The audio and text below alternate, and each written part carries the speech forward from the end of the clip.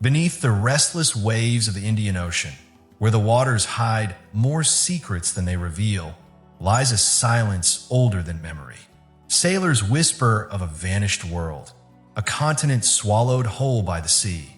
Lemuria, they say it was once a cradle of civilization, where knowledge burned brighter than the sun, and where gods may have walked among mortals. But when the ocean claimed it, so too did it claim its people, their voices drowned in sorrow, their temples buried in salt and stone. Tonight, we journey into that abyss, to uncover the fragments of a lost world, where every answer only deepens the mystery, and every revelation carries the weight of tragedy. Listen closely, for the waves still carry the cries of the forgotten. The tale begins not in the depths of the ocean, but in the dust of an archive where time itself seems to linger in silence. There, among forgotten manuscripts and rotting ledgers, an old mariner's map was found, its edges crumbling, its ink fading like a dying breath. At first glance, it seemed ordinary, no different from the countless maps drawn during the colonial centuries, when explorers charted the seas with trembling hands and uncertain compasses. But as the archivist unrolled it carefully, beneath the amber glow of a failing lamp, a chill crept through the room. The paper revealed something that should not exist, a vast landmass, drawn with precision, sprawling across the Indian Ocean where modern charts show nothing but endless blue. It was not a careless error, not a whimsical sketch. The contours were deliberate, coastlines shaped with detail, rivers drawn like veins through its body. A name was written faintly in the script of an old mariner, Lemuria. The word carried the weight of forgotten centuries. This was no mere island. It was a continent, and yet every modern atlas denies it. The archivist felt his pulse quicken. He tried to dismiss it as an anomaly, a fabrication of an imaginative sailor. But the longer he stared, the more the silence pressed down upon him. For he knew that this was not the first whisper of Lemuria. Across centuries, scattered scholars, poets, and dreamers had spoken of a land that had once risen proudly in the Indian Ocean before it was swallowed by the sea. The story of Lemuria has haunted science and myth alike. In the 19th century, some scientists, bewildered by the distribution of ancient species, argued for a missing continent. How else could identical fossils of lemurs be found in Madagascar and India, separated by a vast stretch of ocean? How else could languages on distant shores echo each other with haunting similarity?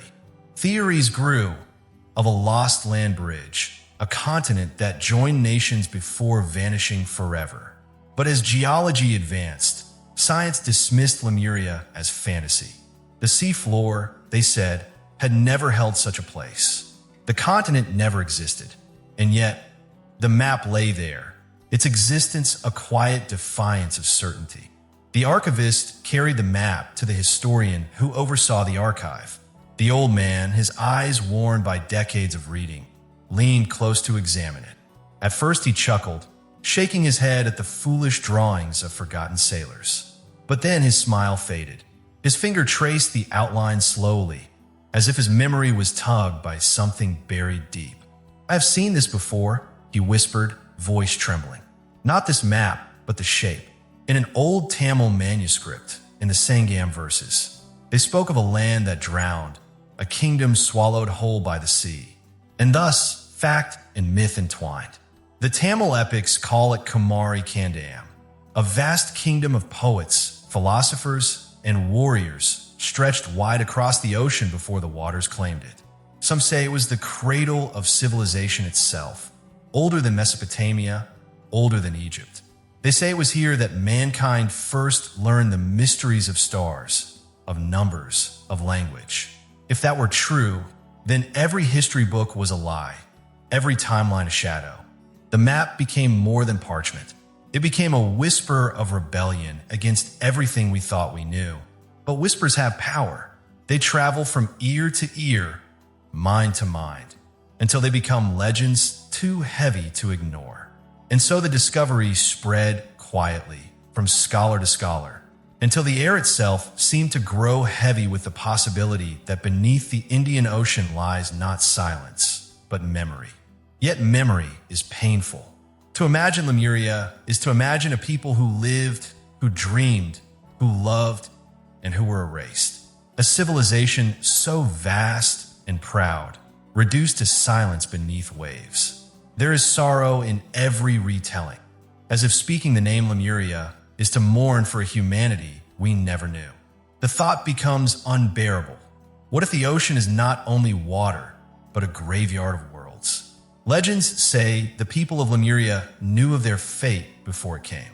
Poets spoke of trembling ground, of fires beneath the sea, of gods who turned their faces away.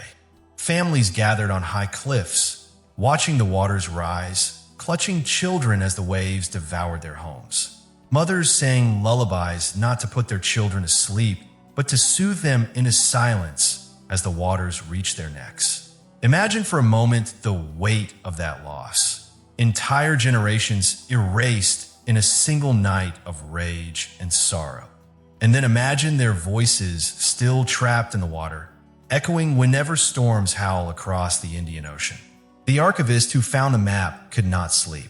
Night after night, he dreamt of drowning cities. He saw towers leaning as waves struck, bridges snapping like bones. He heard screams muffled beneath salt water, and in the darkness of his room, he could almost smell the ocean, though his house stood miles inland. The map had become more than paper to him. It had become a curse. But history is not built on dreams alone. And so he searched deeper, scouring manuscripts and half-forgotten books. He found that in 1864, a scientist named Philip Sclater had proposed Lemuria as the explanation for strange fossil records. He spoke of a lost continent that once stretched from Madagascar to India. Soon, others echoed him, zoologists, linguists, geologists. They debated furiously, believing they were on the brink of rewriting the map of the world. But then, as the science of plate tectonics emerged, Lemuria was declared a myth, a misunderstanding of shifting continents. Yet here was a map that refused to be silenced. A map older than Sclater, older than the debates. A mariner who had sailed the ocean centuries before had drawn what the scientists dismissed. Could he have seen something? Could stories of the sea, carried by oral tradition, have reached his ears? Or had he himself glimpsed the coastlines of a land that no longer rose above the waves? The historian warned him, be careful. Maps do not only guide ships, they guide minds. This one may lead you where you are not ready to go. But obsession is a current stronger than fear. The archivist followed the trail further into forbidden texts and forgotten songs. Everywhere he looked, Lemuria stared back at him. In the chants of Indian priests, in the myths of Malagasy elders, in the folklore of Pacific islands. Fragments of a puzzle too large to ignore. And all the while, the map waited, whispering of shorelines that no longer touched the sun. The pain of it all lies not only in what was lost, but in the silence that followed. If Lemuria was real, then its people's knowledge, their art, their memory, all drowned without a trace. Imagine a child's drawing lost to a sudden storm, an entire family album washed away. Now multiply that grief by millions and by centuries. That is the sorrow of Lemuria. The ocean holds its bones, but not its voice. And yet, sometimes the ocean speaks. Sailors crossing the Indian Ocean tell of strange lights flickering beneath the waves, of voices carried in the wind on moonless nights. Fishermen whisper of shadows moving far below, larger than any whale, following their boats until dawn. Some even tell of glimpsing ruins beneath the clear shallows, stone blocks where no island should exist, stairways that vanish into darkness. Perhaps it is nothing more than imagination, or perhaps it is memory refusing to stay buried. The archivist knew he had crossed a threshold. The map was no longer merely a discovery. It had become a key, but a key to what? To knowledge? To madness? Or to a truth humanity is not ready to face? He remembered the historian's trembling warning, yet he could not turn back. Something in the lines of that map called to him. not like a discovery waiting to be made, but like a ghost demanding to be remembered. And then came the moment that sealed his fate. Late one evening, he traced the coastline of Lemuria on the map with his finger. As he did, the ink seemed to shimmer faintly, as if wet again, as if the map itself had remembered the sea. He pulled his hand back in shock, his heart pounding. But when he leaned closer, the air smelled faintly of salt, and he could swear he heard waves crashing in the silence of the archive. He shut his eyes, and for a brief, impossible second, he saw it. Towers of white stone rising against a golden sun, rivers glistening through fertile lands, people walking in garments woven from light itself. And then, just as quickly, the vision was gone, replaced by darkness, water, silence. The archivist staggered back. The map had shown him a memory, or perhaps it had shown him a warning. That night, he could not shake the sound of the waves from his ears. He lay awake, haunted not only by the vision, but by the terrible truth it suggested. For if the map was real, if the continent had existed, then it had not simply vanished. Land does not vanish. Civilizations do not vanish. They are taken. They are drowned. And to be drowned is to suffer. He felt the sorrow of millions pressing on his chest, as though the ocean itself demanded he carry their memory. He wanted to tear the map apart, to burn it, to forget. But he could not, because deep within, he knew the story of Lemuria was not over. And worse, the ocean was not done with him. The last words of this part are not mine. They are the words he whispered into the silence of his study, as though confessing to the sea itself. He leaned close, the lamp flickering, and said, "But this land did not simply vanish, it was drowned." The map had spoken of a land that should not exist. But maps are silent without voices, and every story that endures does so because voices carried it through time. Long before scholars debated Lemuria, long before sailors charted impossible coastlines, there were whispers. They lived in songs, in chants, in stories told by firelight. And if you follow those whispers carefully, they lead you into the very heart of ancient India, into the verses of Tamil poets, the chants of Hindu priests, the parables of Buddhist monks. Each voice speaks of a land that once was a land that nurtured kingdoms, a land that cradled mankind's early light until it was lost to the sea. In Tamil lore, there is the word Kumari Kandam, the land of the maiden. To the Tamil people, it was no myth but memory. Their oldest poems sing of a vast stretch of earth south of India, a land so fertile that rivers braided themselves across it like ornaments of silver, a land where kings sat in palaces carved from stone and sages watched the stars from high towers. They say that 3 great sangams, legendary assemblies of poets and scholars, once gathered there. Imagine it, generations of minds reciting verse in halls that echoed with wisdom, poets comparing the sea to eternity, philosophers debating the movements of the moon. These sangams lasted for thousands of years, and from them poured not only beauty, but knowledge of mathematics, astronomy, medicine, and the art of storytelling itself. But when the waters rose, the halls were silenced. The poets drowned with their verses. The sangam became a grave. Even today, Tamil scholars look back with sorrow and pride at Kumari Kandam. For to them, it was not only land, but the womb of their culture. They believed that when the sea swallowed their homeland, the survivors fled northward into India, carrying scraps of memory, songs, and customs. Thus, the Tamil people became living heirs to a drowned civilization. To remember Kumari Kandam is not nostalgia. It is grief passed down like blood. But the Tamils were not alone. Hindu tradition carries its own echoes. In Puranic texts, there are tales of lands lost to the ocean, of cataclysms that reshaped the earth. The Mahabharata and Ramayana whisper of floods and battles where gods themselves tore the land apart.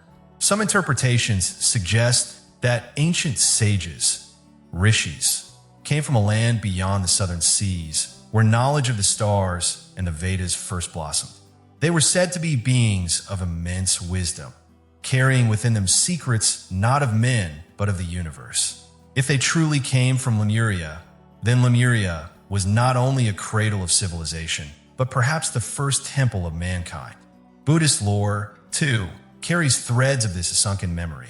Some ancient chronicles speak of vanished kingdoms swallowed by the sea, of monks who journeyed to distant islands now erased from maps. They tell of a people who lived in harmony with the cosmos, whose temples aligned with the stars, whose chants could still be heard in the waves long after their disappearance. The Buddhist monks called it not merely a kingdom, but a Dharma land, a place of spiritual order and enlightenment. The sorrow lies in what followed: silence. For once it was gone, all they could do was remember. And so across cultures, across centuries, we find the same haunting theme: a vast land beneath the sea, once proud, now lost. Sages spoke of it with longing. Poets sang of it with tears. Kings traced their lineage to it with trembling pride. To them, Lemuria, or Kumari Kandam, was not a myth, but an inheritance of loss. But let us not forget the people behind these voices. The poets who wrote of drowned lands were not inventing fantasies.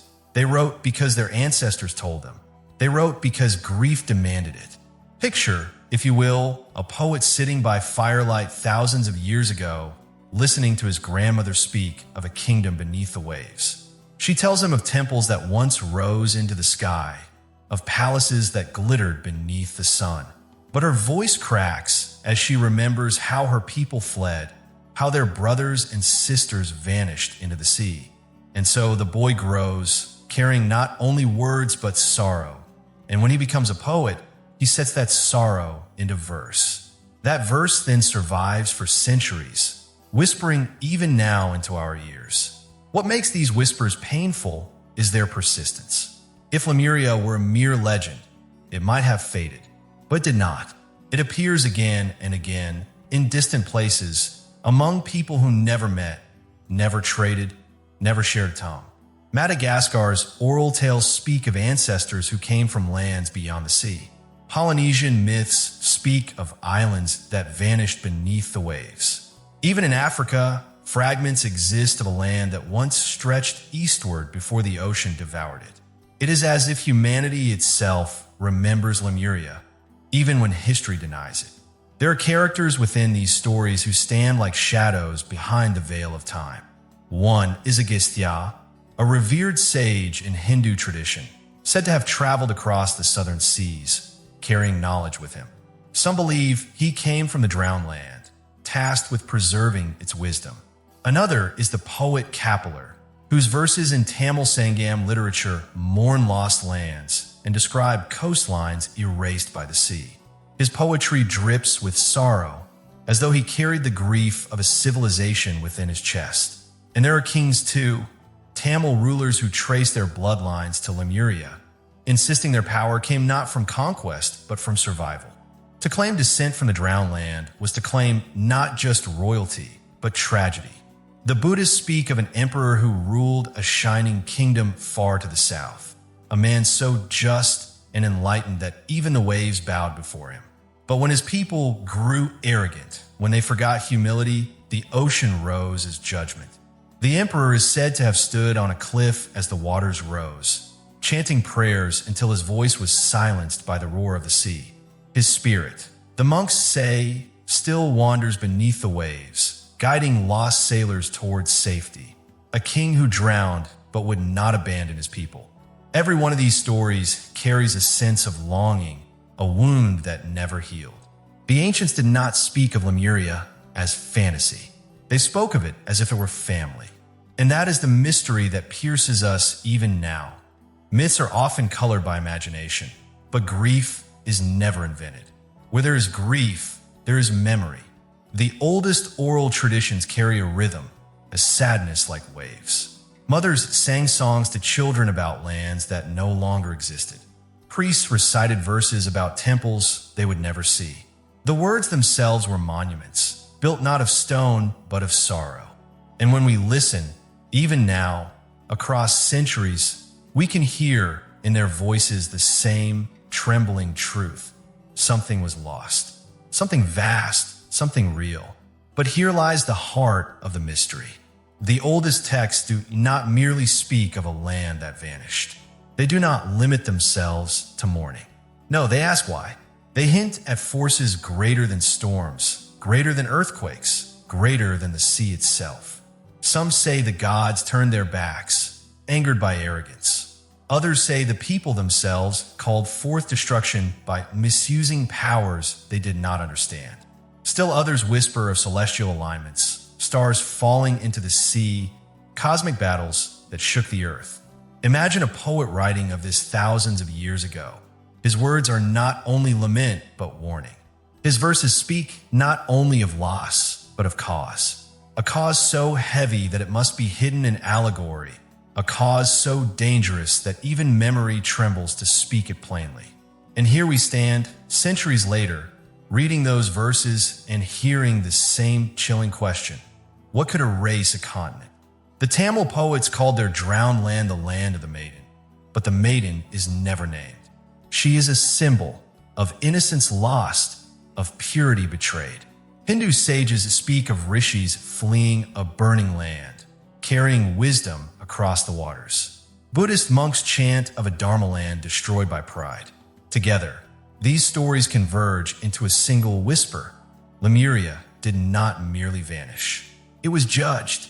And so the sorrow deepens into dread. Because if Lemuria was judged, then perhaps we are not safe either. Perhaps the ocean remembers. Perhaps the gods still watch. Perhaps the forces that drowned a continent still linger, waiting. The archivist who found the map in the colonial archive would later read these texts. He would sit late into the night, candle flickering, his hands trembling as he turned page after page. He read of poets mourning the sea's hunger, of sages carrying fire across waves, of kings praying as waters rose. And with every line, he felt the same truth pressing closer. Lemuria was not a legend, not an invention. It was a wound in humanity's memory, too deep to forget, too dangerous to ignore. And as he read the oldest verses, the ones written with sorrow, so sharp it cuts even now, he realized that they all pointed in the same direction. They did not argue whether the land existed. They did not argue whether it vanished. No, they whispered of something darker, something buried beneath allegory, something that still claws at the edge of our understanding. For the texts speak not of if it vanished, but why. The whispers of poets and sages had carried the memory of Lemuria across millennia. But whispers, no matter how haunting, are still only words. To believe them is to risk being dismissed as a dreamer. And yet, there are those who cannot resist the temptation to look for truth where myth and science collide. For some, the sea is not only a mystery, but a challenge. And so, in the modern age, explorers turned their gaze to the Indian Ocean, determined to see with their own eyes what stories had preserved in sorrow. The expedition began quietly. A small team of divers and oceanographers gathered, lured by the possibility that beneath shifting sands lay fragments of something older than civilization itself. Their equipment was modern, their methods scientific, but their hearts carried the same hunger as ancient poets, to glimpse the land that drowned. They set sail from the southern coast of India, their vessel cutting across waters that for centuries had been whispered to hold secrets too vast for men to claim. The sea was deceptively calm, blue stretched in every direction, horizon bending into eternity. Yet beneath the surface, the waters concealed valleys deeper than mountains, ridges that twisted like scars, and trenches that fell into silence darker than night.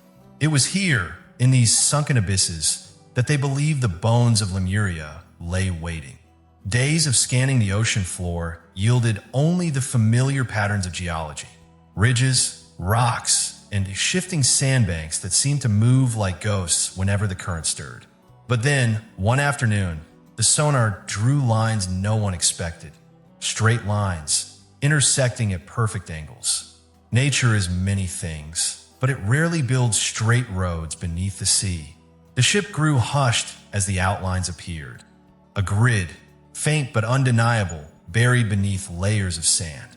The divers exchanged glances. Roads, or the ghost of them. They prepared to descend. The ocean pressed against them as they slipped into its cold embrace, their bodies shrinking into the vastness, their lights cutting cones through the dark. At first, they saw only the shifting sand, ripples frozen in motion. But then, as they pushed deeper, their beams revealed something that made their breath catch. A statue, tilted sideways, its face half buried. Its features were eroded by centuries of water, yet its eyes still seemed to gaze upward, as though pleading with the heavens. The divers hovered in silence. The statue was not alone. As they moved, their lights revealed others, fragments of torsos, arms broken at the elbow, faces carved in expressions of sorrow. They lay scattered like corpses abandoned in haste, half consumed by sand, half exposed by the tide. The divers' hearts raced. These are not rocks. These were remnants. One diver swam closer, brushing the sand from a carved face. The stone lips were parted, frozen mid-cry. A chill ran through him, though the water was already cold. He whispered into his radio, his voice trembling, "They are graves. The ocean is full of graves." As they ventured further, they found more. Pillars leaning like broken teeth, fragments of archways leading nowhere, staircases that ended in sand. Roads stretched out, paved with stone blocks too precise to be natural, only to vanish into the abyss where sand reclaimed them. The divers followed one road for as long as their oxygen allowed, and it ended in nothingness, as though the sea itself had devoured the rest. When they surfaced, their faces were pale. They spoke little, each lost in thought, haunted not only by what they had seen, but by the silence of it. For ruins speak differently beneath the water. On land, you can touch, you can measure, you can walk where others once walked. But beneath the ocean, ruins are shadows, silent, unreachable. They remind you not only of loss, but of your own helplessness. The divers had seen enough to know the whispers were not lies. Something had been there. Something had been lost. But the sea does not give up its secrets so easily. That night, after the dive, strange things began to stir among the team. One diver, exhausted, fell into restless sleep. His dreams were vivid. He walked through towering white pillars, the sun golden overhead, people bustling around him in robes of flowing silk. He could hear their voices, their laughter, their songs. He felt warmth on his skin, smelled spices in the air. It was a city alive. But then the ground trembled. The laughter turned to screams. He looked up and saw a wave taller than mountains, racing toward him with a roar that drowned the sky. He awoke, gasping, his body slick with sweat, the echo of voices still in his ears. Another diver confessed that she too had dreamt. In her vision, she stood at the steps of a temple. The walls were carved with symbols she could not read, but they glowed faintly, as if alive. Priests stood chanting, their voices weaving with the wind. Their eyes turned not to the heavens, but to the sea. And then, slowly, the water crept up the steps, lapping at their feet. But the priests did not flee. They spread their arms as though welcoming the flood. She awoke crying, though she did not know why. The dreams spread through the team like infection. Night after night, each diver found themselves transported to the drowned city, seeing fragments of its life, its beauty, and its destruction. Some describe gardens that swayed with flowers the sea has long since claimed. Others spoke of towers that reached into the sky, lined with mirrors that caught the sun. All of them spoke of the final terror, the wave, the roar, the silence. Psychological strain crept in. The divers avoided sleep, afraid of what they might see. Their hands trembled when they prepared their gear. Some began to question whether they had seen ruins at all, or whether the ocean itself was bending their minds. But the ruins remained, waiting in the dark, undeniable. On their third descent, the divers pushed further, determined to capture images to prove what they had seen. Their lights swept across the seabed, and there, half buried, they found a road wider than any before. Statues lined its sides, guardians carved in stone. Though most had fallen, their faces cracked. The road stretched endlessly, a ghostly highway vanishing into the dark. The divers followed, hearts racing. until they reached what seemed to be a plaza. It was vast, circular, paved with stone tiles. At its center lay something that froze them in place, a structure like an altar, its edges sharp even after centuries. On it lay carvings of figures bending, kneeling, arms raised in supplication. Around the altar, statues lay toppled, as though hurled down by invisible hands. The divers circled it in silence, their breaths loud in their helmets. It was not only ruins, it was ritual. As they hovered there, something stirred. The current shifted, but it felt too deliberate, as though it circled them. Their lights flickered briefly. One diver swore he heard a sound, faint beneath the roar of his own oxygen, a low hum like distant chanting. He froze, straining to listen. It rose and fell like waves, rhythmic, haunting. He clutched his radio. "Do you hear that?" he whispered. But the others shook their heads, their eyes wide with fear. When they surfaced, his face was pale, his lips trembling. He insisted he had heard it, a chant in no language he knew, echoing through the water as though the statues themselves were singing. The others dismissed it as pressure, hallucination, the mind's trick. But he shook his head violently. "It was real," he whispered. "It came from the graves." That night, as the ship drifted on the calm ocean, the diver who had heard the chanting sat alone, staring into the black water. The surface was smooth, unbroken, but he swore he could still hear it, faint just at the edge of perception. And as the stars wheeled overhead, he realized with a cold dread that the chanting was not fading. It was growing louder. And so part 3 ends not with silence, but with a voice rising from the depths. A voice that should not exist, carried on the water, calling from the graves of a continent that refuses to sleep. The diver's trembling words still echoed in the ship's cabin. "I heard chanting." The others dismissed it as the ocean's trick, as pressure on the ears, as imagination distorted by fear. Yet the look in his eyes told another story, not the look of madness, but of someone who had glimpsed something vast, something older than comprehension. But in the days that followed, the team realized that their discovery had to be more than just personal nightmares. They had found ruins where none should exist, and the question that pressed on them was heavier than the sea itself. What if Lemuria had truly been the cradle of civilization? Theories of lost lands are easy to dismiss in the light of modern science, but this one refused to die. For centuries, whispers had persisted not only in folklore, but in literature, in the verses of Tamil Sangam texts. These were no idle poems, no fanciful songs sung for pleasure. They were archives of memory.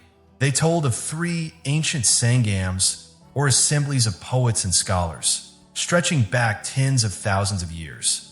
The first 2, the text claimed, were not held on land we know today, but on a vast southern continent swallowed by the sea. If that were true, then the story of civilization begins not in the valleys of Mesopotamia, nor in the sands of Egypt, but in a continent that no longer exists. Skeptics argue that Sangam literature exaggerates, that it pushes time back into myth. But when one reads the verses, a sorrow trembles beneath the words. They speak of fertile plains, of 32 kingdoms, of rivers that no longer flow. They speak of a people advanced in thought, in culture, in knowledge, and of a sea that rose without mercy. Skeptics call it metaphor. Believers call it history disguised in poetry. And perhaps both are true, for memory often survives best when clothed in verse. But the divers' findings gave those poems new weight.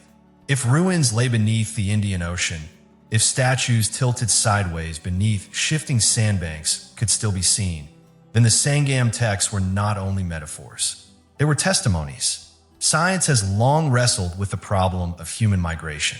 How did civilizations thousands of miles apart seem to rise with sudden brilliance, as though sparked by the same flame? How did cultures separated by seas share symbols, myths, and even echoes of language? Some argue for parallel invention. Others whisper of contact older than history admits. And those who believe in Lemuria point to the simplest answer. They all carried fragments of one parent civilization, drowned but not entirely silenced.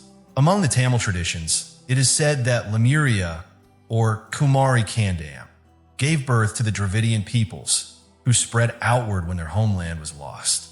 They carried with them fragments of architecture, of astronomy, of ritual.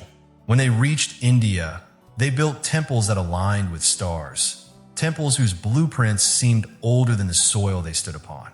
When they reached Madagascar, they carried language that still echoes faintly in dialects. And when they reached Far Isles, they planted myths of floods and drowned kingdoms. Could these be coincidences?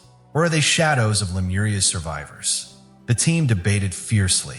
The oceanographer, hardened by years of science, dismissed the notion of a cradle of civilization beneath the waves.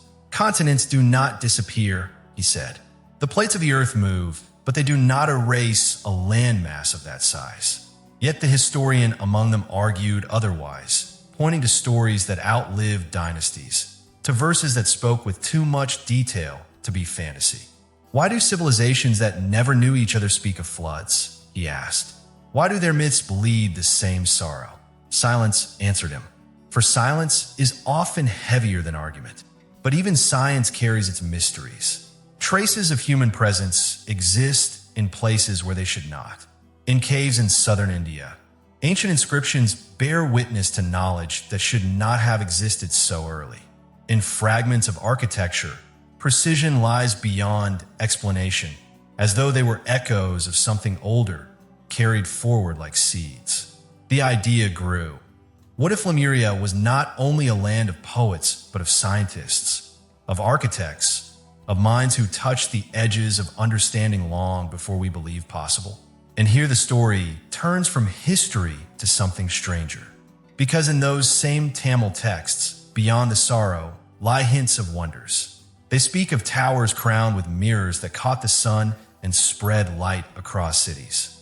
They speak of crystals that hummed with energy, used to heal, to illuminate, to store memory. They speak of ships that moved not by oar or sail, but by forces unseen, gliding across both land and water. Are these the exaggerations of poetry, or are they, as some believe, faint memories of technology long drowned? The divers could not forget their dreams. The woman who had dreamt of priests chanting on temple steps insisted that what she saw was not imagination but memory, carried through her as though the ocean had chosen her as witness. She spoke of pillars that glowed with inner fire, of courtyards lit not by flame, but by crystals that pulsed softly like hearts. Her words unsettled the team. The oceanographer scoffed, calling it hallucination. Yet he avoided her eyes. For deep down, perhaps even he felt the tremor of doubt. In modern science, there are discoveries that stir unease. Ancient mirrors found in Mesopotamia, crafted with techniques unknown for millennia. Crystal skulls of mysterious origin, though often dismissed as frauds. Petroglyphs showing symbols that look eerily like circuits, or stars mapped with accuracy long before telescopes. Most are explained away, cataloged as curiosities, but believers in Lemuria gather them like pieces of a puzzle, claiming they are fragments scattered by the survivors of a drowned knowledge. And if such knowledge existed, it would have been both gift and curse. For what greater tragedy is there than to hold brilliance only to watch it drowned?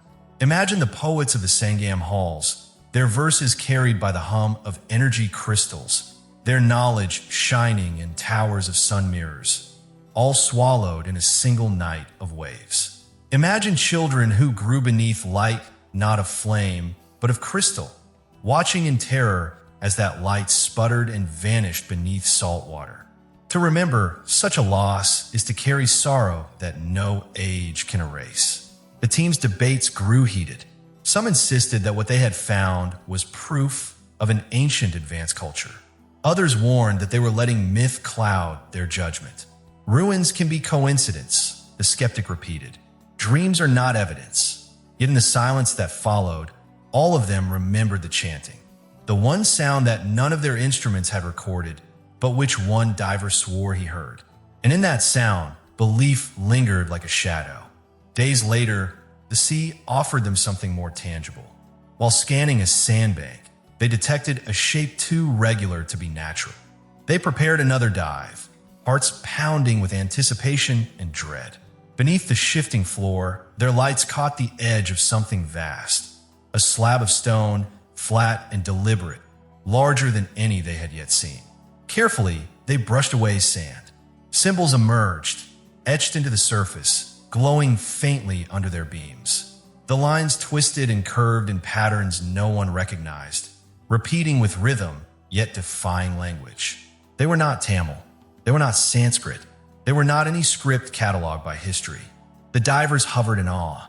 The symbols seemed alive, carved with precision impossible for such age. Some swore the lines shimmered faintly, as though the stone itself remembered light. One diver traced his gloved hand over the markings, and a shudder passed through him, as though something had stirred in answer. He pulled back quickly, his breath loud in his helmet. When they returned to the surface, the stone's image haunted them. The historian insisted it was a tablet, an artifact of record, perhaps even of instruction. The oceanographer argued it was erosion pareidolia, the human mind finding order where there is none. But his voice lacked conviction. The others pressed him. If it is erosion, why do the lines repeat? Why do they follow patterns of symmetry? He had no answer. That night, no one slept. The team sat in the cabin, staring at the captured images of the tablet. The symbols seemed to shift the longer they looked, as if the eyes themselves could not hold them still. Some felt nausea, others unease, as though the markings pressed into their minds, whispering without words. The woman who dreamt of priests whispered finally, "It is not writing, it is memory." The stone remembers. Her words settled heavily, like the ocean itself pressing down. For if the stone did remember, if the symbols were not merely decoration but record, then the drowned continent had left behind not only graves, but messages. And messages are meant to be read. The team knew then that they had crossed a threshold. They had begun not only to uncover ruins, but to trespass upon something larger, a history humanity had buried, a memory the ocean had guarded. And the danger of memory is that it never stays silent. The stone tablet was their proof, but it was also their curse. For once they had seen it, they could not turn away.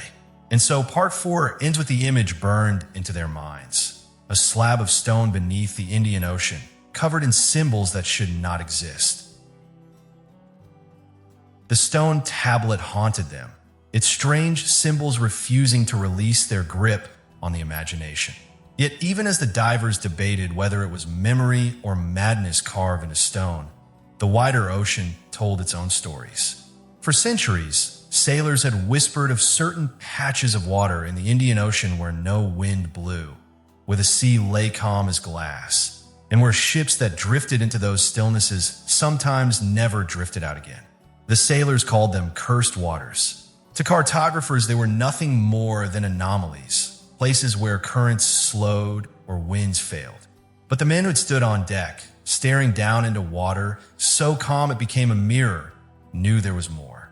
They spoke of shadows moving beneath the hull, massive and formless, darker than the sea itself. They spoke of silence, so heavy it pressed on the chest like a stone, silence broken only by the creak of wood and the sudden splash of something unseen brushing against the keel. And when ships disappeared, as they sometimes did, the sea remained calm, as though it had swallowed them with indifference. The pattern emerged slowly, too slowly to be coincidence. A Portuguese vessel in the 17th century, last sighted off the southern coast of India, reported by survivors to have drifted into a dead patch of sea. A British merchant ship 2 centuries later, its captain writing in his log of unnatural calm before the vessel vanished with all hands but one. A modern fishing trawler in the 1970s, whose radio carried only static until a faint voice broke through, whispering a single word before silence: shadows. When these incidents were plotted on a chart, they aligned not randomly, but along a trench deep beneath the ocean, the same trench that believers said marked the grave of Lemuria. It was there, they said, that the curse of the depths lingered. The stories carried a detective's precision, for patterns cannot be denied. Survivors, few though they were, told versions too similar to dismiss. A patch of sea, unnervingly calm, as though the very wind avoided it. A sense of being watched from below. Shadows moving where no shadows should exist. And always the trench beneath. One story came from an Indian sailor in the late 1800s, picked up by a French ship days after his vessel had disappeared. His eyes were hollow, his voice low, as though he feared the sea might hear him even on deck. He told of how the water stilled suddenly, how the sails hung limp though no storm was near. The men leaned over the rail, staring into water as clear as glass. And then he whispered they saw faces, not fish, not sea creatures, but faces carved in shadow, staring upward from the depths. The crew screamed, tried to row, but the oars moved sluggishly as if the sea had thickened.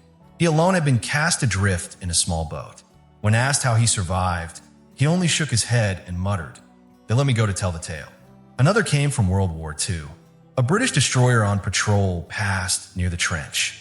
Its radio operator recorded frantic transmissions, reports of strange sonar echoes, shapes moving faster than submarines, lights flickering beneath the waves. Then silence. Debris was later found, but no bodies. The captain's log, preserved in fragments, ended with a final line written in a shaking hand. The sea is not empty. The sea remembers. Such stories were cataloged, but rarely believed. Authorities spoke of storms, of magnetic anomalies, of equipment failure. But the men who went to sea carried the whispers forward, passing them to each new generation. And with each retelling, the legend of Lemuria grew darker. For it was no longer only a story of a drowned land, but of a curse that lingered in the very waters above it. Detective minds studied the pattern, skeptical but intrigued. The trench ran like a scar beneath the Indian Ocean, deeper than mountains are tall, its floor unmapped, its silence unbroken. Could a geological feature explain the disappearances? Could methane gas eruptions or sudden undersea quakes cause ships to sink without trace? Some scientists argued yes, but the sailors shook their heads. Science could measure currents, could chart faults, but it could not explain the shadows. For the shadows were the heart of the curse. Survivor after survivor whispered of them. Vast shapes drifting silently, too large to be whales, too slow to be sharks. Sometimes they lingered for hours, pacing the ship like hunters circling prey. Sometimes they vanished, only to reappear when the crew thought themselves safe. One survivor, a fisherman from Sri Lanka, described them with a trembling voice. They were not animals. They were outlines, as if the sea itself had remembered bodies that should not exist. The divers who had seen Lemuria's ruins listened to these stories with unease. Could it be coincidence that ships vanished over the same trench where statues lay tilted sideways, where roads vanished in the sand, where a stone tablet with impossible symbols waited in silence?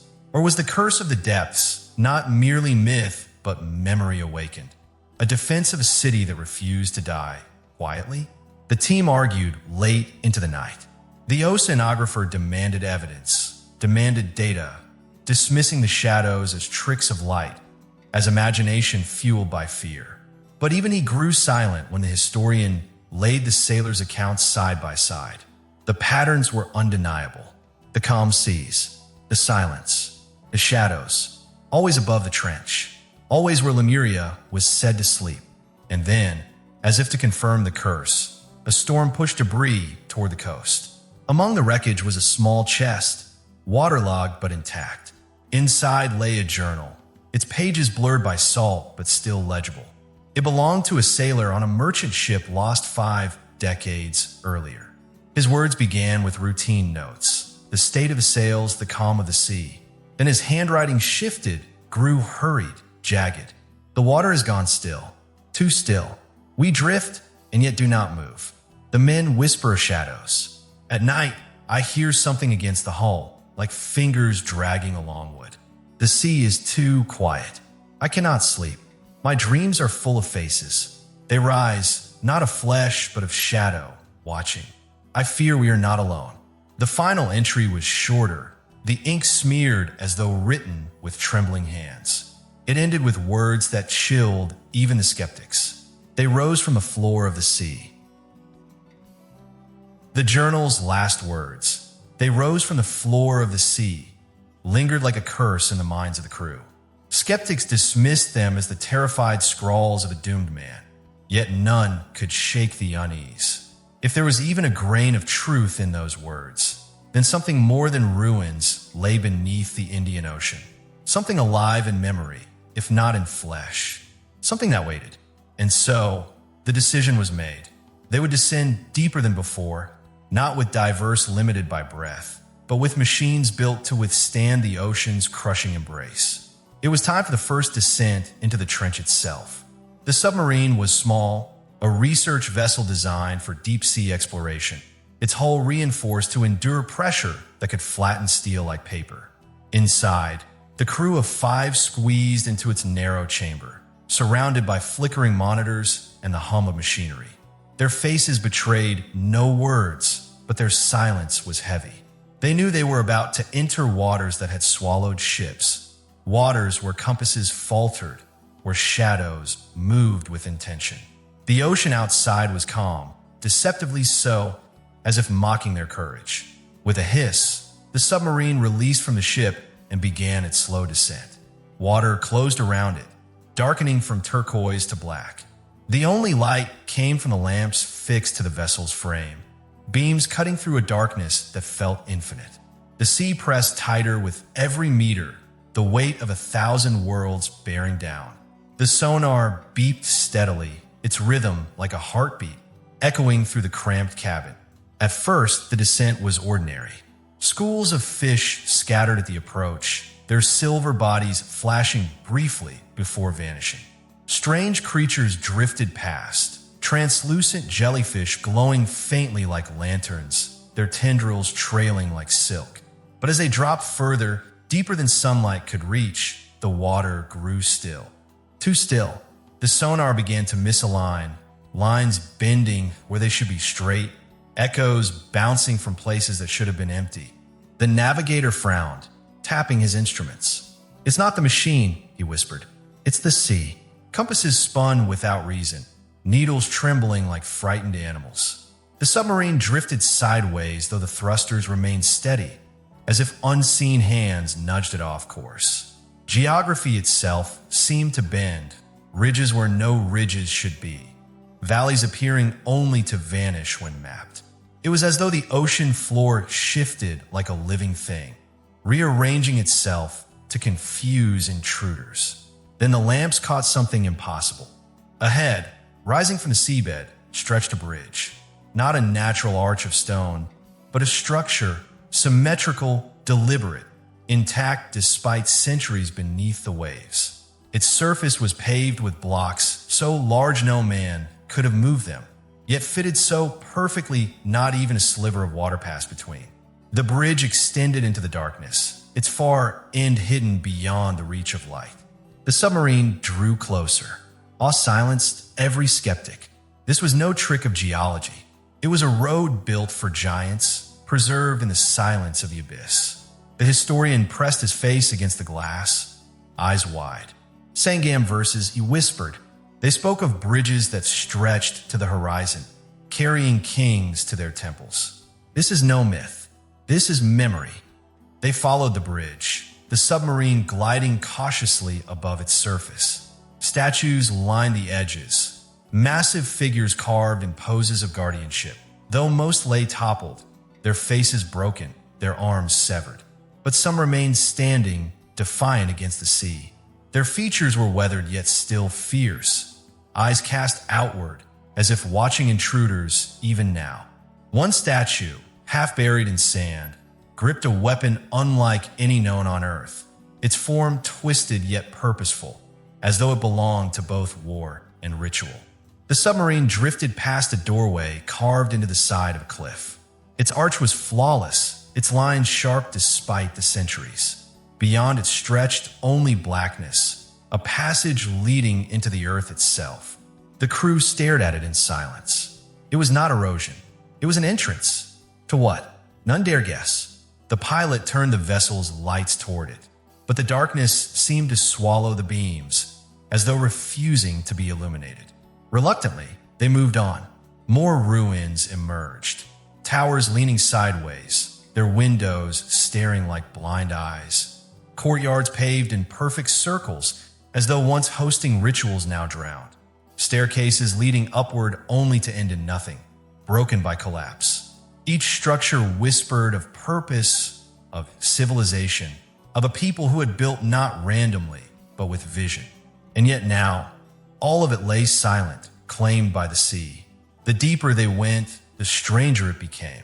The instruments malfunctioned entirely. Pressure gauges spiked, then fell, then spiked again, though the submarine remained steady. The compasses spun continuously. The sonar emitted echoes that did not return, as though swallowed by vast emptiness. The pilot cursed softly, sweat beading on his brow. The historian murmured instead, "The sea bends because it remembers." None asked what he meant. They were too afraid he might be right. As they turned a corner around a ridge, their lights revealed something that froze them. Ahead stood a statue larger than any they had seen, carved into the cliffside itself. It was a figure, tall, robed, its arms raised, not in welcome, but in warning. Its face was preserved with eerie clarity, lips pressed in solemn silence, eyes wide and unblinking. The features were human, yet not. The proportions were just slightly wrong, too elongated, too precise. It was the face of something that resembled mankind, but was not bound by its limits. The submarine hovered before it, its lights illuminating every detail. The crew stared, hearts pounding. And then, as silence pressed closer, someone whispered, "Its eyes." The figure's stone eyes glistened faintly in the beam, as though reflecting more than light. They seemed alive, as though aware. The longer they stared, the stronger the sensation grew, not of seeing, but of being seen. The historian gasped, clutching his chest. "It's watching us," he whispered. The pilot scoffed, but his hand trembled on the controls. The longer they lingered, the heavier the air inside the submarine grew. The lights flickered. A low hum, almost imperceptible, trembled through the water. The navigator swore he saw the stone lips twitch, as though forming words never meant to be spoken. The crew panicked, urging the pilot to retreat. But the historian pressed forward, his voice trembling with both fear and awe. "Don't you see?" he cried. "This is not just stone. This is memory carved alive. It is waiting. It is." His words broke off as the submarine shook violently, as though struck by something unseen. The lights sputtered, darkness flooding the cabin. Outside, the figure loomed, its eyes catching the last glow before the lamps failed entirely. And in that instant, every member of the crew felt it. Not sight, but presence, vast and ancient, pressing into their minds like a tide. When the lights flared back, the figure remained. Still stone, still silent, but none of them doubted what they had felt. Its eyes had followed them, and so the first descent ended not with discovery, but with dread. For beneath the Indian Ocean lay not only ruins, not only roads and doorways, but watchers. And one watcher had opened its eyes. The submarine rose from the depths in silence, its hull trembling as though reluctant to leave the shadow of the statue behind. The crew said little as they returned to the surface, each too shaken by what they had witnessed. The figure carved in stone still loomed in their minds, its eyes glistening as though alive. No one could forget the sensation of being watched, of being measured by something that should not have been able to see. Back aboard the research vessel, the air felt no lighter. The crew moved like men walking in a dream, glancing over their shoulders as if expecting the watcher's gaze to follow them above water. The historian sat with his head in his hands, whispering verses from the Sangam texts under his breath. The oceanographer, though still trying to wear his armor of skepticism, fumbled his notes and instruments, his hands trembling with every movement. The diver who had first heard chanting beneath the waves said nothing at all. He only stared at the black sea, lips moving silently as though answering a call no one else could hear. That night, dreams descended upon them with the weight of the sea itself. One dreamed of a city alive, towers gleaming beneath golden light, markets buzzing with voices. He saw people dressed in flowing garments, their eyes bright with knowledge, their hands busy with tools and books. He felt joy, belonging, as though he too had lived there once. But then a tremor shook the earth. The voices turned to screams. A shadow rose on the horizon, a wave taller than the towers. He tried to run, but the streets filled with water, rushing faster than his feet could move. He awoke choking, his throat burning, and found his pillow damp with salt water. Another dreamed of a great temple, its walls carved with symbols glowing faintly. Priests stood chanting in unison, their arms raised not to the sky, but to the sea. In their voices, he heard both devotion and fear. He felt himself step closer, drawn into the ritual, though he had no body in the dream. Then suddenly, the temple floor cracked. A column of water burst upward, drowning the chants in thunder. He awoke with sand clinging to his hands, though he had not left his bunk. Dreams blurred with reality.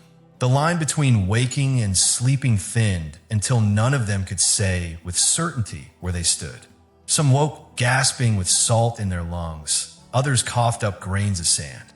One man's hair, when he rose in the morning, smelled faintly of smoke, as though he had walked through fires that no longer burned. The historian grew pale and gaunt, reciting ancient verses as though they were prayers against the madness. He spoke of betrayal whispered in old Tamil poems, kings who sacrificed their people for power, priests who called upon gods that should never have been named. He spoke of betrayal not only between men, but between men and gods. And in his voice trembled something more than scholarship. It was recognition. The diver who had heard chanting beneath the sea grew worse. His eyes became distant, his voice low. He muttered words in a tongue none of the others recognized, as though remembering a language no longer spoken. At night, they heard him whispering into the radio, though it was not switched on. When asked, he claimed he was answering voices that spoke to him from the depths. His crewmates grew fearful, avoiding his gaze. Yet at times, when silence fell heavy, they too thought they heard faint voices, not in their ears, but in their minds. Visions came even in waking hours. A scientist studying sonar data suddenly froze, staring at the screen with wide eyes. He swore he saw not lines but faces pressed against the dark, mouths open in silent screams. Another, gazing out at the water, saw shapes moving just below the surface, silhouettes of men walking slowly across the seafloor, though the trench was miles beneath. When he blinked, the shapes were gone. The sense of unraveling grew. They were no longer explorers. They were trespassers in a place that remembered them better than they remembered themselves. The sea was pressing memory into their minds, forcing them to relive not only what had been lost, but why it had been lost. Sacrifice, betrayal, gods. These words repeated like a drumbeat in every dream, every vision. One dreamer saw children carried by their mothers to high cliffs, where chants echoed as the waters rose. Another saw kings kneeling before altars, their faces streaked with tears as priests plunged knives into the chests of captives, offering blood to calm the trembling sea. Another saw a god not of the sky, but of the abyss, eyes like whirlpools, mouth wide as a trench, arms stretching in currents. The god opened its mouth, and whole cities poured in like dust. The visions were too real to dismiss. They were not dreams. They were memories pressed into the marrow of the explorers, echoes carried by the ocean itself. And the ocean has patience beyond comprehension. Sleep became torment. Waking became terror. The ocean outside the ship no longer felt like water, but like a presence watching them. They stopped speaking openly, whispering instead, as though afraid the sea might overhear. Instruments malfunctioned, compasses spun, radios crackled with voices though no transmissions came. Some swore they heard chanting faintly beneath the static, a rhythm that matched the pulse of their own hearts. Then came a night when one of them vanished. The diver who had first heard the chanting, the one whose eyes had grown distant, was nowhere to be found when the crew awoke. His bunk was empty, sheets still damp as though he had risen from the sea itself. Panic spread through the ship. They searched every corner, every deck, shouting his name into the dark. No answer came. Then the radio crackled. At first, only static. Then a voice, faint but unmistakable. His voice. "It's beautiful," he whispered. "They're waiting." The crew froze, staring at the radio. His voice grew clearer, rising with eerie calm. "I see them, walking. They're not gone. They're not dead. They're memory. They're calling us home." And then silence. The ship drifted on calm water, stars wheeling overhead, but none of the crew felt the night's beauty. For they knew their companion had not simply vanished. He had been claimed. His voice lingered still, carried by the radio like a ghost refusing to fade. And in that haunting echo lay the most terrifying truth of all. The ocean does not forget. And so part 7 ends not with silence, but with a voice still speaking from the depths. A voice of a man no longer among them, yet not entirely gone. His words still echo over the radio. A reminder that Lemuria's memory does not release those who touch it. The radio fell silent, but the silence was worse than the voice itself. The missing diver's whisper had carried a calmness no living man should possess, a serenity born not of peace, but of surrender. His words, "They're not gone, they are memory. They're calling us home," lingered in the cabin like salt in the lungs. The crew sat in the dim glow of their instruments, each too afraid to speak, as though the sea outside listened. The historian was the first to break the silence. His voice shook. The Sangam verses, they spoke of gods who dwelled not in the heavens, but in the waters beneath. They warned that to forget the sea is to forget our masters. His hands trembled as he clutched his notebook, but his eyes were fixed on the dark horizon. The Lemurians did not worship the sky. They did not pray to the sun. They gave themselves to the abyss. The oceanographer scoffed, but his laugh was hollow. "Superstition," he muttered. Yet even as he said it, he refused to meet the historian's gaze, because he, too, had seen the murals carved into the ruins.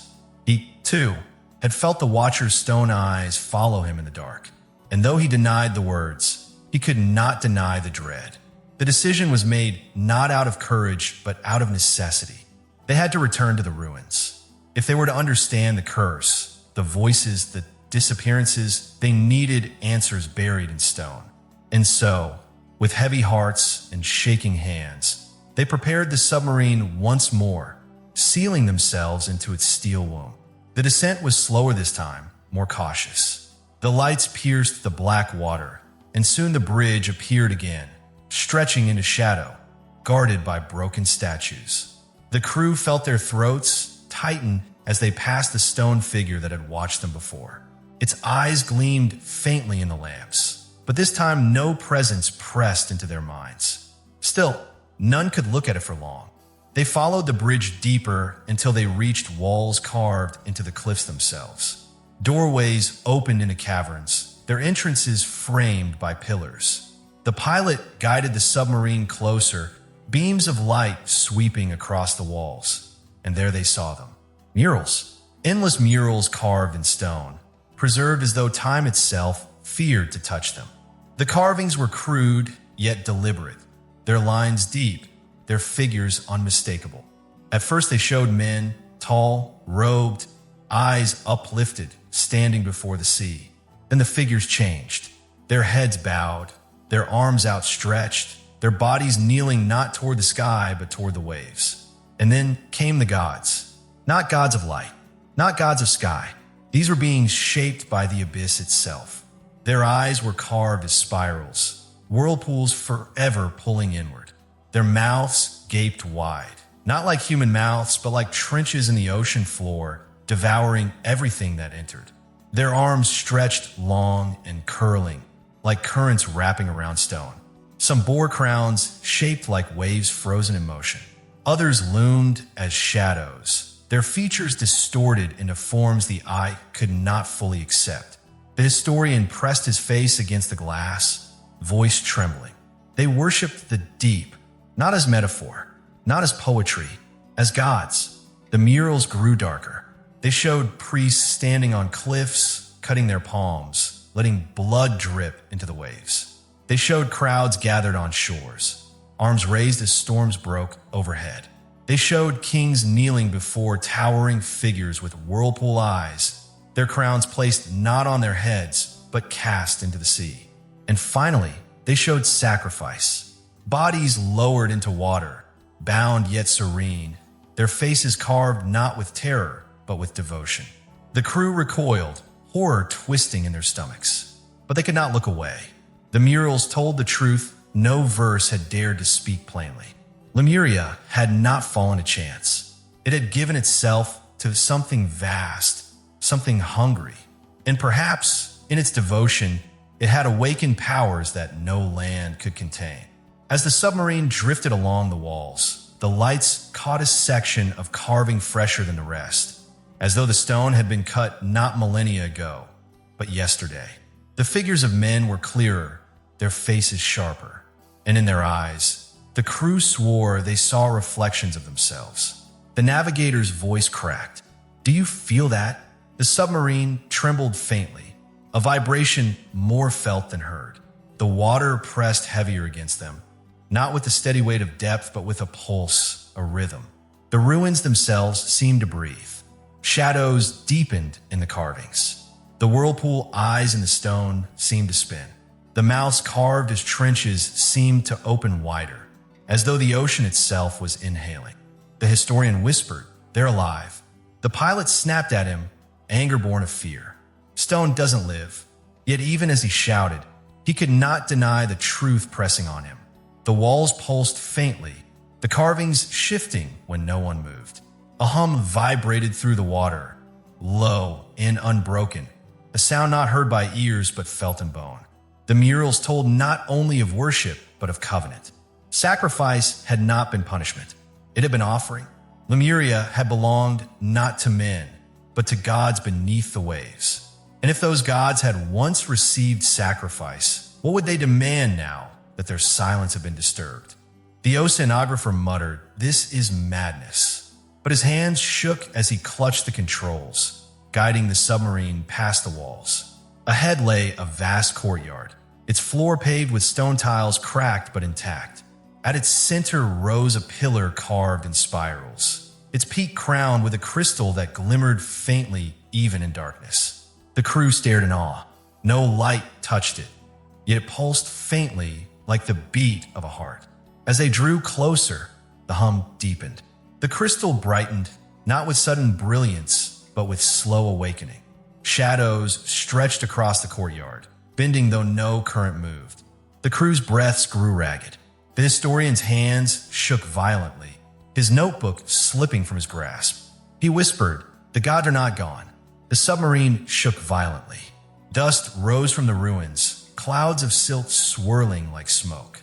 The sonar screamed, its lines distorting, its echoes vanishing into emptiness. The pilot gripped the controls, trying to stabilize the vessel. The navigator shouted readings, but his words were drowned by a deeper sound, a roar that trembled through the water itself. The sea floor shuddered. Cracks split the tiles of the courtyard. The pillar's crystal flared brighter, pulsing with furious rhythm. The murals along the walls seemed to twist, their whirlpool eyes spinning, their trench mouths opening wider. It was no longer illusion. The ruins were alive. The historian screamed, "We have woken them." The submarine reeled as the sea floor shook again, harder this time, sending waves of silt into the water. Statues toppled, bridges cracked.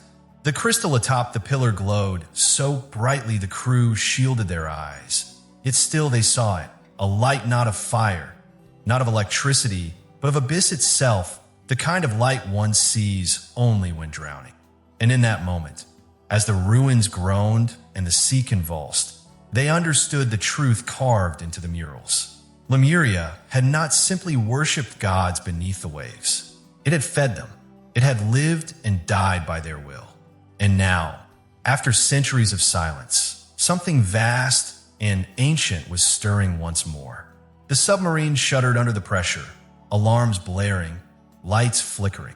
The pilot fought for control as the others clung to their seats, terror etched on their faces. Outside, the ruins shifted as though the ocean itself were moving them aside. A great tremor roared through the trench, splitting the seabed wider, opening a wound into darkness deeper than any map had ever recorded. From within that wound came a sound, low, endless, older than human memory. A sound like chanting, like voices calling not in words but in currents, rising with the tremor, shaking every bolt of the submarine.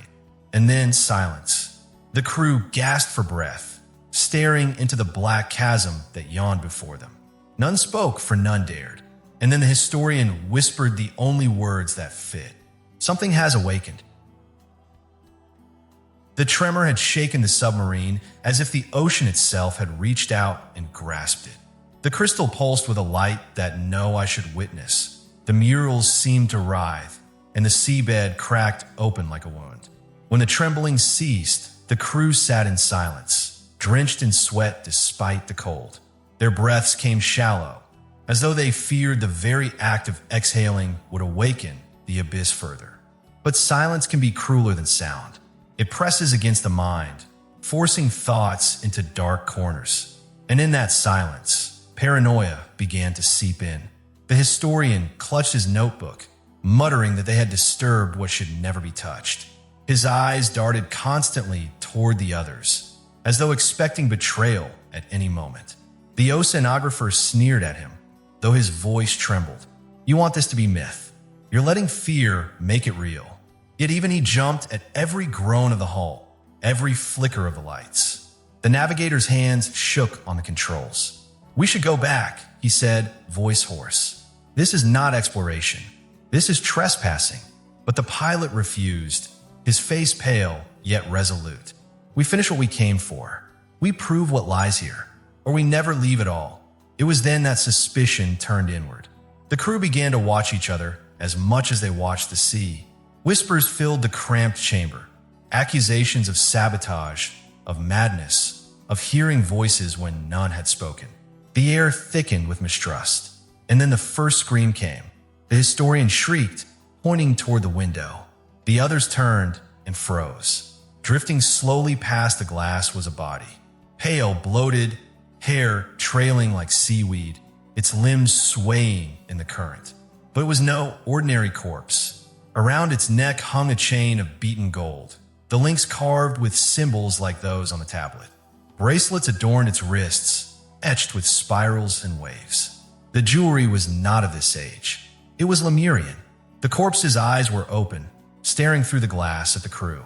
Its lips parted as though to speak, but no sound came. The submarine's lights caught the gold, making it glimmer faintly against rotting flesh. The crew recoiled in horror. The navigator vomited into his hand. The oceanographer swore violently, insisting it was coincidence, a lost body tangled with debris. But the historian shook his head. "No," he whispered, "this is memory. The sea does not let its dead rest." The corpse drifted out of sight, but its presence lingered. Each man's mind gnawed at the same question. Was it the body of a long-drowned Lemurian, preserved by something beyond time? Or was it a mirror, a warning of what awaited them? Tension frayed into madness. They began to accuse one another. The pilot accused the historian of leading them into a curse. The historian screamed that the oceanographer's arrogance had angered the gods of the deep.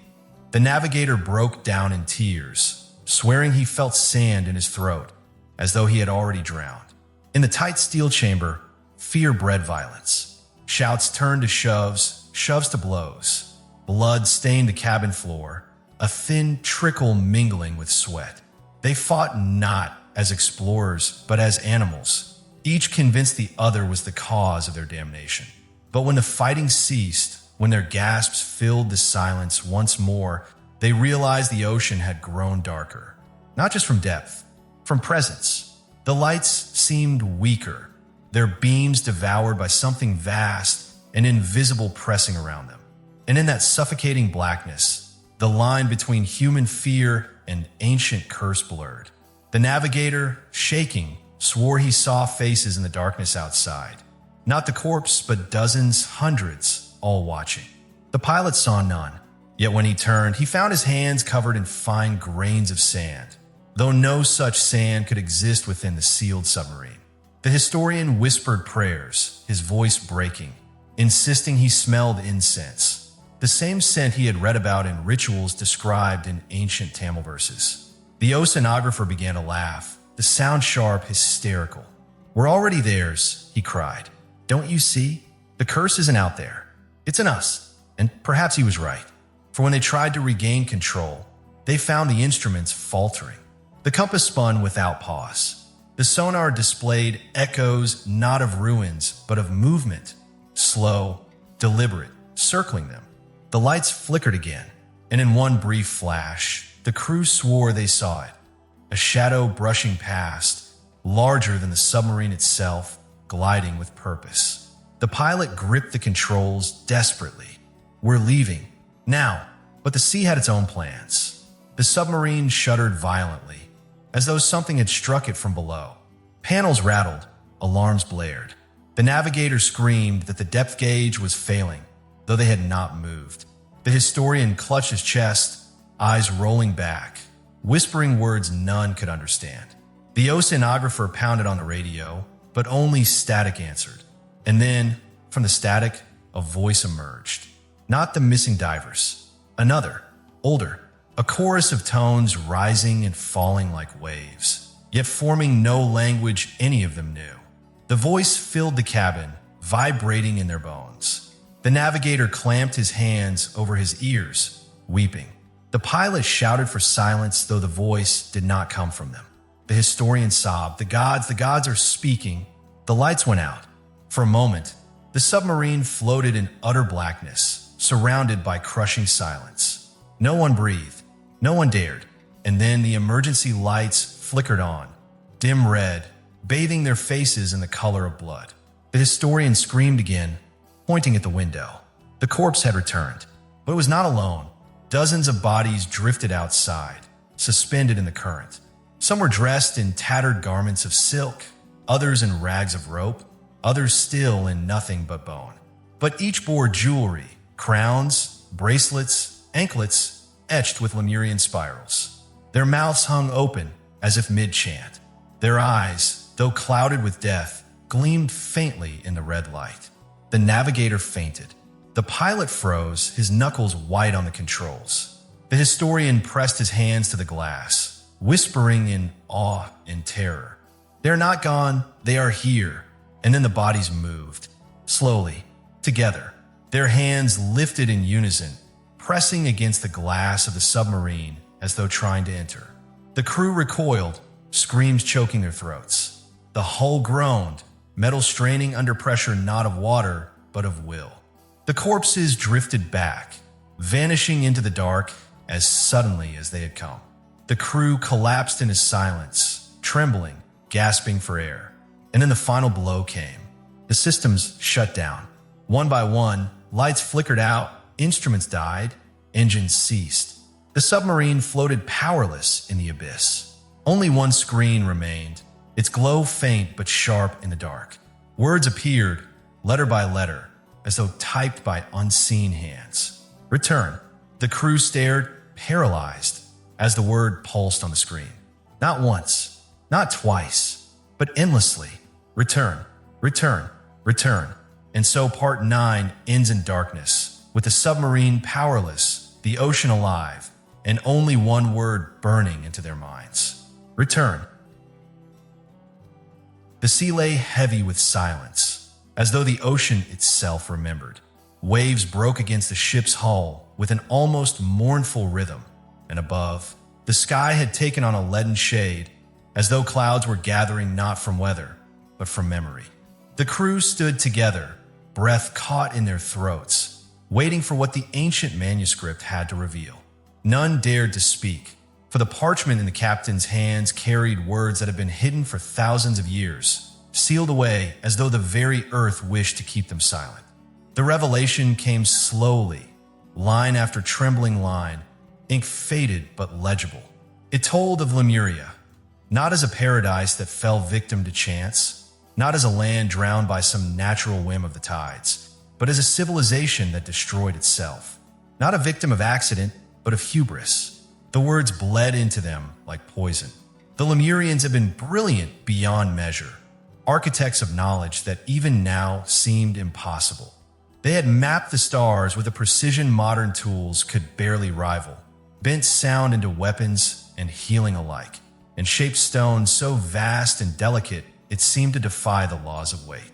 Their wisdom was their crown, and yet was also the crack that broke it. For wisdom had turned into arrogance, and curiosity into hunger. The scroll described how they had reached into the deep places of the sea, places where no man, no creature of flesh, was meant to disturb. They had harnessed the earth's molten breath, drawing upon energies that belonged to the heart of the planet itself.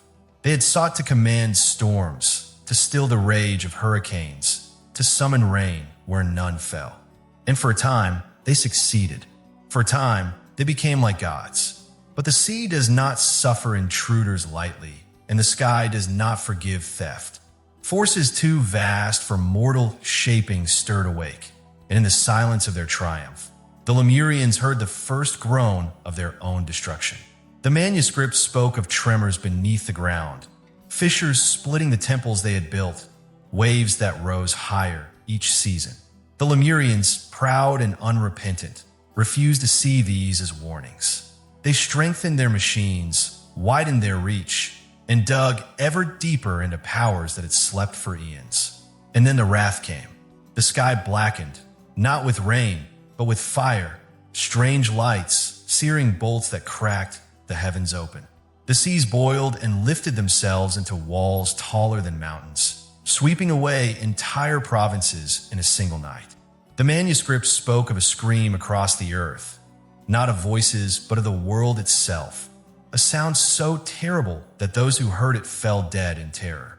The gods of sea and storm had answered, and Lemuria was undone. The crew listened in horrified silence. The wind whistled through the rigging as if to echo the screams of a civilization lost. Each of them felt the weight of those words not as history, but as prophecy, because in the way it was written, there was no finality. The writer had not described it as a closed event, but as a cycle, a warning, a truth forbidden not because it was past, but because it was fated to return. The painful realization gripped them one by one. Lemuria had not merely drowned. It had been punished. Its brilliance, its ambition, its hunger to rule the elements. That was the cause of its destruction. And as they stared into the dark horizon, they could not help but think of their own world, of their own people, who too had begun to bend forces beyond comprehension. Nuclear fire, machines that outthought men, drills that pierced the marrow of the earth, satellites that chained the skies. Were they not repeating the same steps? The silence grew unbearable. The first to break, it was Elias, the ship's historian, his voice hoarse. "If this is true," he whispered, "then what we have unearthed is not just memory. It is a mirror." The captain closed the manuscript with trembling fingers, as though even touching it longer might summon the wrath it described. Yet the parchment seemed to pulse with its own heartbeat, alive with the fury of its message. The crew felt it too, an almost living weight in the air, as if the ocean itself had heard the truth spoken aloud and was stirring in response. One by one, fragments of despair flickered through their minds. They pictured the Lemurians on the final day, proud towers collapsing into foam, children swept into the waves, scholars screaming as the very knowledge they had worshipped cracked open the ground beneath them. They imagined the temples shattering like fragile shells, jewels scattering into the abyss, and the sea swallowing the last songs of a people who thought themselves immortal. It was painful beyond words to know that such brilliance ended not in glory, but in regret. To know that a people who had walked close to gods ended their days drowning in the very waters they once commanded. Sadness gripped their hearts like a hand of iron. The crew felt not only the horror of Lemuria's fall, but the ache of recognizing themselves in it. And yet the manuscript's final words held the deepest wound of all, for it was written not as a history, but as a warning sealed for future generations. A single line, smudged as though written in haste or in tears, carved itself into their minds. What we suffered, you too will suffer. What we unleashed, you too have begun to summon. Beware the hunger for dominion, for the sea remembers and the sky watches. The crew's breath caught as though the air itself had turned heavy. That was the forbidden truth. Not only that Lemuria was destroyed, but that destruction was no accident. It was consequence, punishment, and punishment waits for repetition. The ocean around them seemed to deepen into shadow, the waves rising with new strength, as though to remind them that the same forces still lived, patient and waiting. Every man and woman on that ship understood then, with a clarity sharp as a blade, that they were not safe, that the story of Lemuria was not over. It was repeating, and somewhere in the pit of their hearts, they knew the same fate was about to happen again. The realization cut through them like a knife. The manuscript slipped from the captain's hands, carried by the wind toward the deck, where it fluttered like a dying bird. None moved to catch it. They only stared at the sea, as though expecting it to rise at any moment, to open its jaws and drag them into the same grave it had made for Lemuria. Above them, thunder groaned, though no storm had been forecast. The skies seemed to darken by degrees, as if aware that the truth had been spoken aloud. And in that eerie half-light, every heart on board knew they had crossed a threshold from which there was no return. The forbidden truth was no longer story. It was a prophecy breathing against their necks, and they were standing on the edge of it. The sky broke first, long before the sea did. Clouds boiled and swirled as if something ancient, something buried for eons, had torn its way free from the heavens. The air tasted like copper and smoke, heavy and sharp on the tongue, as if the very breath of the world had turned to ash. On the horizon, the waters began to rise. At first, it was only the swell of a restless tide, but the swell grew teeth. The ocean groaned, deep and endless, and then the ground itself began to split. The people of Lemuria had once believed their island was eternal. For centuries, they had built temples of stone, carved prayers into walls that glowed faintly with the breath of the moon, and told themselves that no empire, no calamity, no enemy could ever erase what had been blessed by gods older than time. But that illusion shattered the moment the sea clawed its way into the streets. The earth buckled, snapping like glass beneath an invisible hand. Cracks tore across the stone roads, spreading like veins of fire. Whole plazas collapsed into the hungry dark below, carrying screaming crowds with them. The bells of the great temple tolled on their own, as if some unseen priest still stood within, pulling ropes to summon the gods. But the gods did not come. Those who survived the first shock scrambled for higher ground, though there was none high enough. Mothers clutched their children. Men carried the old upon their backs. Priests tore their robes as they ran, dropping sacred scrolls into the rising water. The air was filled with prayers and curses, promises whispered to the sea, bargains offered to shadows no one could see. The ocean floor cracked open with a sound like the breaking of the sky. From the abyss rose a column of steam, a pillar of heat that burned flesh from bone and turned water to vapor in an instant. A tidal wave rose like a black wall, eclipsing the last of the sun's light. In that moment, all of Lemuria saw their death rushing toward them.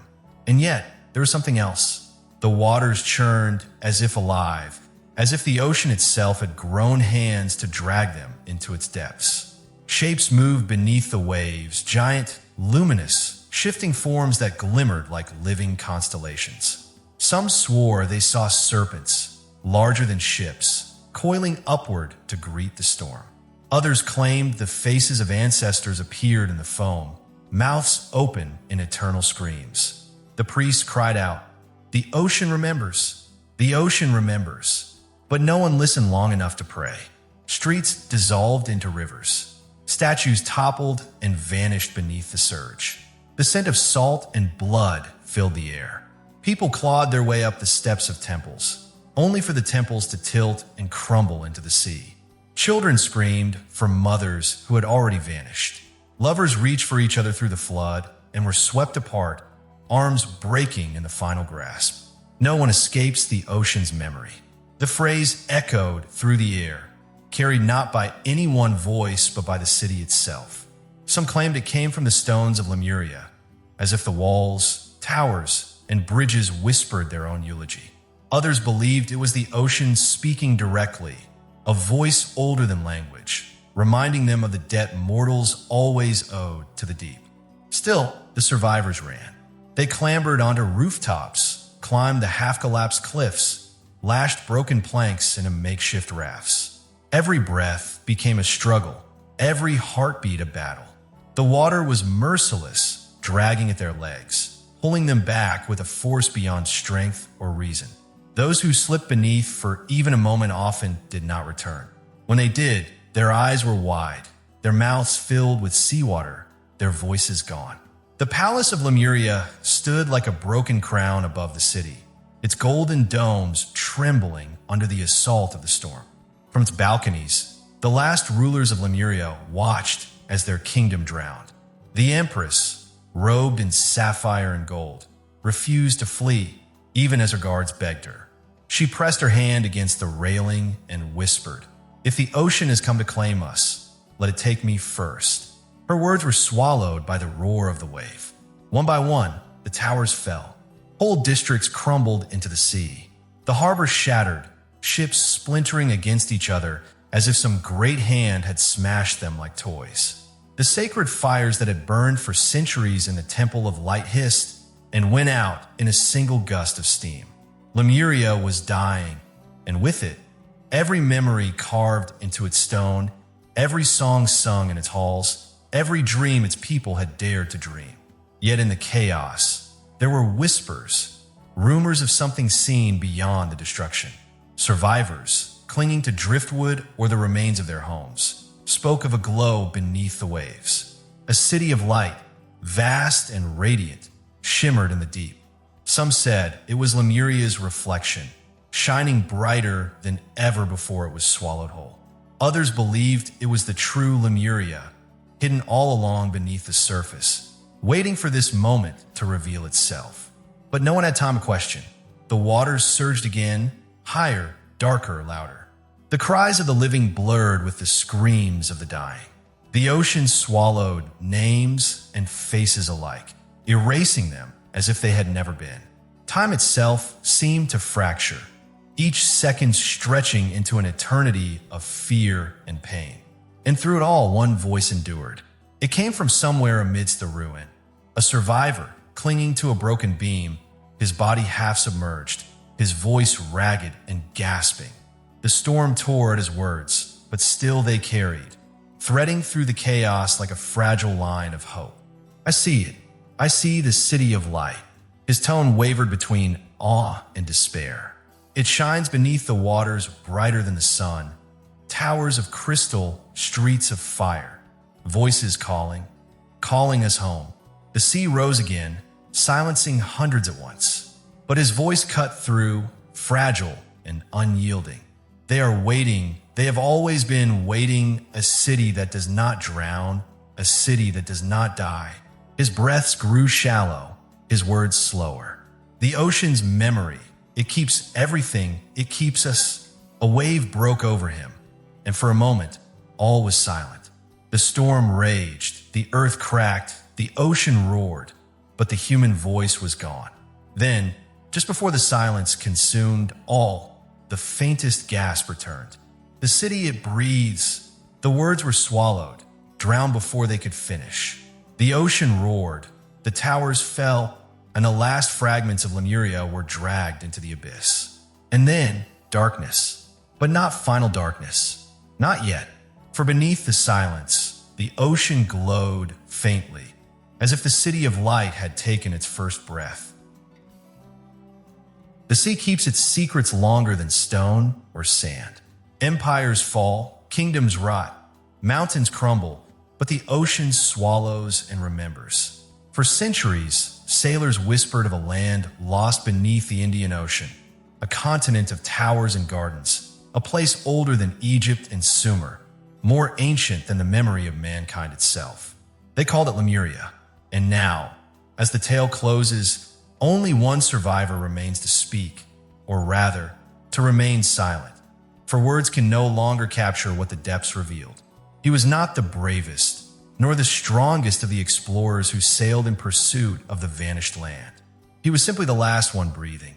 His return was no triumph, no victory carried back to waiting harbors. Instead, he came home like a shadow of himself, hollow-eyed, his lips trembling though no words escaped. They asked him what he saw, but he could only shake his head. They pressed him, begged him, even prayed that he might find language for it. But his voice had drowned somewhere in those black waters, strangled by the weight of secrets not meant for human tongues. At night, they said, he writhed in his bed as though drowning again. His dreams poured from him in broken cries. The villagers heard them through thin walls, heard him murmur names that had never belonged to any man or woman they knew. Some nights he cried out numbers like coordinates, as if plotting maps no one else could read. Other nights, he screamed of towers swaying beneath the sea, of great plazas ringing with laughter that had not been heard in 10,000 years. His sleep was an exile, a place he wandered endlessly, unable to wake. He had been gone for 3 months. 3 months in which his companions, captains, scholars, treasure seekers, dreamers, were swallowed whole. The storm had not taken them, nor famine, nor fire. It was the sea itself, opening like a mouth to devour them. He alone had crawled back from the edge of the impossible. Yet what he returned with was not treasure, not knowledge, not proof. What he carried back was silence and madness. The priests tried to bless him. They lit lamps and scattered salt at his door, whispering prayers of protection, for they believed he had brought a curse upon them. Fishermen avoided the waters where his boat docked, claiming the fish no longer swam there, as if the ocean recoiled from him. Children followed him at a distance, whispering that his eyes glowed faintly at night, like the reflection of moonlight on deep water. And always there were the voices. They did not come from within his head. No, that would have been mercy. They came from beneath the floorboards, from wells, from the wind carrying the scent of brine. They came when he pressed seashells to his ears, but also when he pressed his palms against the earth. They called him by name, though it was not his name as he knew it. They called him by a name that rolled like thunder and salt water, something older, something he could not have spoken even if his throat were whole. When he closed his eyes, he saw them again. The drowned streets lit by ghostly lanterns, gardens of coral blooming where once fountains had sprayed fresh water, columns carved with stories no living man could read, swaying gently in the tides. He saw faces, pale as moonstone, watching him from behind shattered windows, neither alive nor dead, but waiting for him. And he heard the laughter. Oh, the laughter was worst of all. It was not cruel nor joyous. It was something deeper, as if the ocean itself remembered happiness, and the sound was too large for any single mind to bear. He woke with tears burning his eyes, unable to say whether they were his own or whether they belonged to Lemuria itself, weeping through him. Months passed, and still he could not tell his tale. He grew thinner, his body wasting like driftwood abandoned on shore. His hands trembled when he touched water. He could not drink without seeing faces in the ripples. His neighbors stopped asking questions. They let him wander the docks at night, staring out into the horizon where sea met sky, whispering soundless words. But there are those who say he did, at last, find his voice, though not in the way anyone wished. One night, when the moon was strangled in clouds and the wind slept, a boy swore he followed him down to the shore. The survivor stood ankle-deep in the black surf, his arms raised as if embracing something unseen. The boy swore he heard him speak, not in human speech, but in a tongue like waves breaking against stone. The ocean answered, not with foam, not with tide, but with voices, hundreds, thousands, rising like a chorus from beneath the waves. The boy fled before he could hear more. He swore that the last thing he saw was the survivor falling to his knees, his mouth open, pouring out water instead of words. In the days that followed, he grew quieter still. His lips closed, his body barely moved. It was as if he was already fading, already dissolving back into the sea that had spat him out in pity. And then, one morning, he was gone. His bed was empty, his door wide. No footprints led away. No neighbors saw him leave. Only the tide had risen higher than usual, wetting the cobblestones of the harbor. Some believe he walked into the sea willingly. Others claim the voices carried him back. A few whisper that he was never truly a man when he returned, only a shell animated by something else, something that belonged to Lemuria. But this is what matters. His silence was not the end. The voices did not leave with him. To this day, sailors crossing the Indian Ocean tell of nights when the sea lies unnaturally still, when the stars vanish behind sudden clouds, when the air tastes heavy, briny, and old. And then they hear it, the faint echo of laughter, of names they do not know but somehow recognize. Fishermen report dreams of walking through drowned streets, their nets snagging on statues whose eyes still glow. Divers surface in terror, claiming they felt hands brush against them in waters far too deep for coral or kelp. And always, the survivors wake with tears they cannot explain. There are maps that mark the place, of course, but the ocean shifts and the coordinates never hold. Some say Lemuria drifts, not as land drifts, but as memory drifts, appearing only to those who seek it or to those who fear it. The sea gives no answers, only whispers, and the whispers are enough to unravel the mind.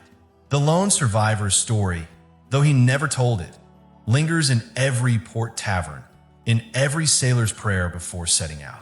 It lingers in the unease that grips a crew when the wind falls silent in the middle of a crossing. It lingers in the way their eyes dart to the dark below, wondering if something is watching back. And now, as this tale reaches its end, so too does the last echo of that man's silence. For it is not only his story anymore. It belongs to all who sail, all who dream, all who listen. So remember this. If you ever find yourself upon those waters, if you hear laughter beneath the hull, if you dream of towers rising like bones through the tides, do not answer. Do not lean over the side. Do not whisper back, for Lemuria is still listening, and the sea never forgets.